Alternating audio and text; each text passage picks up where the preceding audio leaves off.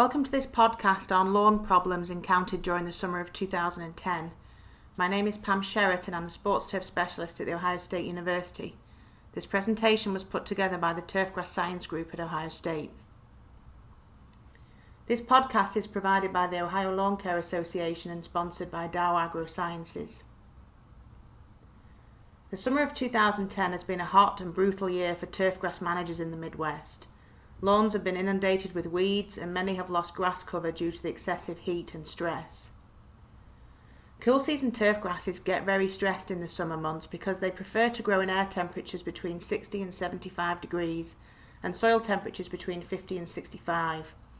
It is not uncommon to see temperatures like this in Ohio and actually excel during the summer, but 2010 has been particularly challenging. A summary of air temperatures for both 2009 and 2010 can be seen in this table. As we can see, from July 2010 we had 23 days of air temperatures above 85 degrees, compared to just 2 days in 2009. In addition to the air temperatures outlined in this table, it's important to note that the average soil temperature this year at the 2-inch depth was consistently above 70, increasing to a consistent 80 degrees by the end of June right through to August. The higher day and nighttime temperatures relative to most years resulted in significant stress on both the shoots and root system of all our typical cool season grasses, like bluegrass, rye and tall fescue and bentgrass. Most people forget that the underground root system of turf is the key for absorbing nutrients and water. At soil temperatures above 75, the roots of cool season grasses begin to slow in growth and become less physiologically active, resulting in the onset of the hidden turfgrass stress called root dysfunction. At the reported soil temperatures in late June to late August, roots actually began to become dysfunctional, decline and die back, causing additional overall turfgrass stress. The high humidity and high temperatures both day and night resulted in doubling of turfgrass stress. Normally, cooler, less humid nights help the turfgrass plants rebound from the daytime stresses. The turfgrass plant did not get this environmental nighttime rest period in 2010 though. The weakened turfgrass plant was more susceptible to heat stress, disease and weed invasion. Adequate rain during the summer in most areas of Ohio also increased the potential for more weeds. In relation to heat and drought tolerance, tall fescue persists much better than bluegrass and ryegrass. This is why tall fescue is recommended as the turf of choice for most home lawns in Ohio. Fine fescues persist well in drought but are not overly tolerant of heat stress. Rough bluegrass and annual bluegrass are neither heat nor drought tolerant.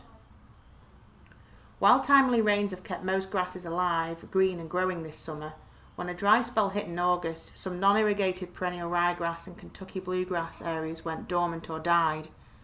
Bluegrass can remain dormant for several weeks and recover as long as the base or crown of the plant is kept hydrated. Rough bluegrass typically goes dormant early to mid-August in Ohio, just prior to the high school football season starting. Each year we receive calls and emails from people fearing they have a turf disease issue or a problem with their irrigation system, when in fact it's rough bluegrass collapsing and going dormant. This year rough bluegrass started to deteriorate in June, which is much earlier than usual. Dormant rough bluegrass looks like a mat of straw-brown turf. If the straw mat is pulled back, close inspection of the crown area will show thin, white, healthy stems and some green tissue that will start to grow again when temperatures cool down in the fall. Rough bluegrass is a major grassy weed on lawns and sports fields, but there is unfortunately no selective control at the moment. In addition to the rough bluegrass, annual bluegrass is present in Ohio as both a true annual and a perennial biotype. The true annual type cannot tolerate heat and drought and it is shallow-rooted, so cannot survive extended dry periods. In extreme heat like this summer it will die. Weed grasses that have done particularly well this year include goosegrass, Bermuda grass and nimblewill. These are warm season grasses adapted to more southern states. They thrive in high temperatures and have an aggressive growth habit that makes them very difficult to control. In Ohio they are active from mid-May to the first frost in October. The most active growth time is June, July and August, when our cool season grasses are under the most stress. It's not hard to conclude then why they are able to outcompete the desirable cool season grasses during the summer. Another warm season grassy weed that's been a major challenge this year, possibly the major challenge of this year, is crabgrass. While individual weather events this summer may not have been that unusual, the overall season has been, and this has greatly contributed to the increase in crabgrass pressure that we're seeing today. First of all, March and April were considerably warmer than normal. In Columbus in April, the average monthly temperature was 58 compared to the long-term average of 51. In April, there were 7 days that the temperature exceeded 80 degrees, and another 9 days with highs in the 70s. The net result of this was that crabgrass germinated about 2 weeks earlier than normal. Anybody who did not get pre-emergent herbicide down by April 5th saw a decrease in control, unless they used herbicides that contained diethiopia or a combination of prodiamine and sulfentrazone that had early post-emergence activity. In a typical year, crabgrass germinates in the middle of April, but some of these early seedlings are damaged or killed by the late season frosts and freezes. The normal last date of frost in Columbus is around the 10th of May. This year, the last time we saw temperatures below freezing in Columbus was April the 10th. Therefore, there was nothing to inhibit early germinating crabgrass. In a typical year, we also will have a period of extended drying in May or June. Not necessarily a drought, but a period of time in which the lawns begin to go dormant due to lack of water. This year we have had timely rains. The net result of this is 2 things. No seedling crabgrass died due to lack of moisture, and the conditions for crabgrass germination remained ideal for a much extended period of time. High day and nighttime temperatures, humidity and timely rains all contributed to this.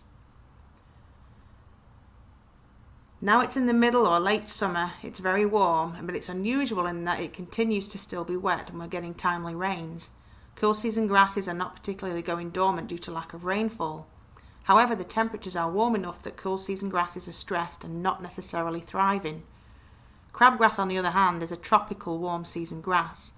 It does have a competitive advantage over cool season turf in normal summers because it's a warm season grass and more tolerant of heat, but it actually prefers warm and wet conditions like Florida. The net result of all the previously mentioned issues is the perfect storm of crabgrass cover we are currently experiencing. At our research station, we saw pre-emergent herbicides that normally give us 95% control begin to fail in about the last week of July. Currently gives us about 75% control. Later on in the fall, when there is frost, generally around October, the crabgrass will die and leave unsightly brown dead patches in lawns and athletic fields. Due to the weather conditions described in this podcast, many diseases were active this year as well, and at high levels not seen for many years. Since the pathogens that cause turfgrass diseases are either present in the turf from year to year or introduced by turf annually by air currents and wind, the key factor that triggers disease outbreak is the weather. The hot weather patterns experienced this summer was nearly ideal for certain pathogens to grow, and at the same time severely weakened the cool season turf, leaving turf extremely vulnerable to decline and damage from disease. Infectious diseases in 2010 included leaf spot, melting out, brown patch, Pythium blight, dollar spot, rust, and patch diseases like necrotic ring patch and summer patch. Patch diseases have been a serious problem in many areas this summer. Symptoms of necrotic ring patch and summer patch are very similar and both can occur. Historically, necrotic ring patch has been the most common in Ohio. The common symptom involves a ring of dead grass with a green centre. However, at times there may be half circles or streaks of affected turf.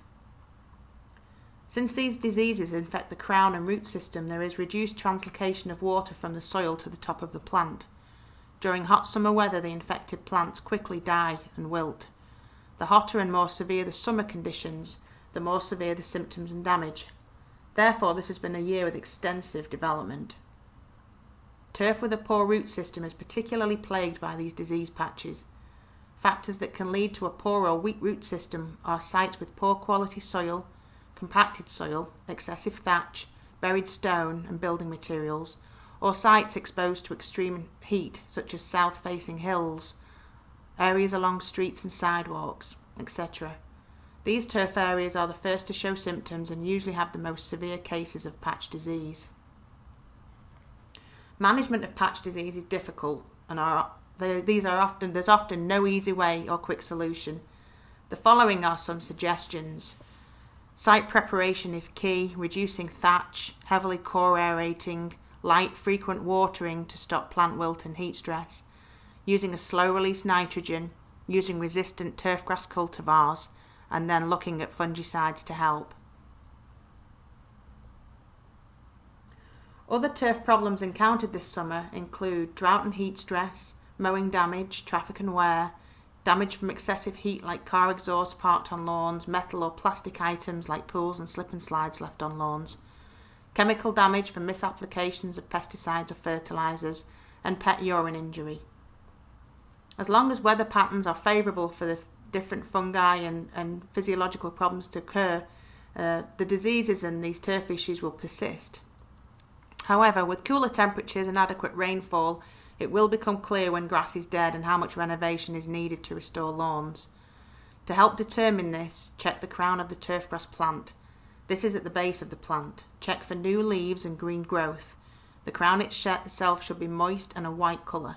If dry and a brown colour, most likely there will be little recovery and renovation is going to be needed. The summer of 2010 has had some abnormal effects on the normal turfgrass infesting insects too. May and early June was normal to above normal in rainfall, so billbug damage went largely unnoticed, especially in lawns. However, it appears that the early start of warm weather has encouraged the billbugs to undergo a partial second generation that caused some turf, especially bluegrass, to turn straw colour and melt out. This has been mistaken for disease, summer dormancy, or some other kind of strange phenomenon. However, upon pulling on the grass stems in such areas, you will readily find the telltale signs of billbugs. Broken stems packed with a fine sawdust-like material. There is little that can be done this late in the season other than reseed the very thin areas and plan for controls next May. We didn't see much damage from the hairy chinch bug in June and early July, but the second generation is causing some major damage in mid to late August. Again, their damage has been mistaken as drought or disease. Only when the turf is pulled back are the hundreds of nymphs and adults observed. Even if discovered late, a treatment is needed to prevent further death of the turf. Finally, where are the grubs this year? The rains in June seem to have discouraged Japanese beetle adults from feeding, and many areas of Ohio saw very few of these pests. However, they were still laying eggs in the turf. The night-flying species were also healthy in numbers, and these have also laid eggs in the turf. The final spoiler this season is likely to be some pretty large, though localised populations of white grubs, so be prepared to perform some rescue treatments in September. With many of the problems discussed previously behind us, it is time to assess the state of the turf and begin the fall rebuilding process. Next, there are 2 scenarios of current turf conditions and suggested remedies. Scenario 1 is where the turf is generally thin and basically looks worn out. Fertilisation will be the most important remedy for this type of situation. In the 2nd or 3rd week of September, apply 1 pound of actual nitrogen per 1,000 square feet of a well-balanced fertiliser. The recommended fertiliser should include a balance of quick and slow release sources. An additional application of 1 to 1.5 pounds of nitrogen per 1,000 square feet applied as a balanced fertiliser should be made as a late fall application around Thanksgiving. Additionally, continue to mow at the proper mowing height throughout the fall until the turf stops growing. Mowing stimulates tillering that will promote increased turf density. The second scenario is where the turf is clumpy and not very uniform. Lawns and athletic fields that are predominantly tall fescue or perennial rye may have become bunchy and coarse looking. The leaf coarseness is due to the lack of density, which allows the leaf blades to widen from the lack of competition. In this situation, the turf should be overseeded to fill in the gaps. When seeding, use a high-quality seed. A common mistake is to buy a cheap or low-quality seed that's predominantly annual ryegrass. Annual ryegrass is quick to germinate and establish, but dies quickly in the heat and drought of summer, which was evident in many lawns this past summer. The cardinal rule of turf establishment, whether in turf establishment or renovation, is good seed-to-soil contact. Seed germinating in the thatch layer will have poor germination and high seedling mortality. There are multiple ways of getting good seed-soil contact, including seeding with a slit seeder, verticutting to remove thatch. In this instance, we'd recommend exposing about 30% of the soil, or coring extensively. The best success is seeding with a slit seeder versus spreading seed by a rotary or drop spreader. Fertilise with the recommended program in scenario 1.